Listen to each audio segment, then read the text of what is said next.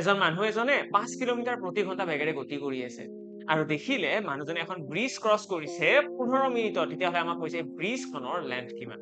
একেইটাই formula use কৰিম, distance equal speed into time. আমি ইয়াতে যদি ডিষ্টেন্সৰ ফৰ্মুলাটো ইউজ কৰিবলৈ যাওঁ, ডিষ্টেন্স ইকুৱেল স্পীড ইয়াতে দিয়া আছে 5 কিলোমিটাৰ পাৰ আৱাৰ, টাইম আমাক দিয়া আছে কিমান 15 মিনিট। কিন্তু মিনিটত আমি লিখিব নোৱাৰো, যিহেতুকে এইটো আছে কিলোমিটাৰ প্ৰতি ঘণ্টা। আমি মিনিটটোকো কি কৰিব লাগিব, কনভাৰ্ট কৰিব লাগিব ঘণ্টালৈকে, অৰ্থাৎ 60 এটা ডিভাইড কৰিব লাগিব।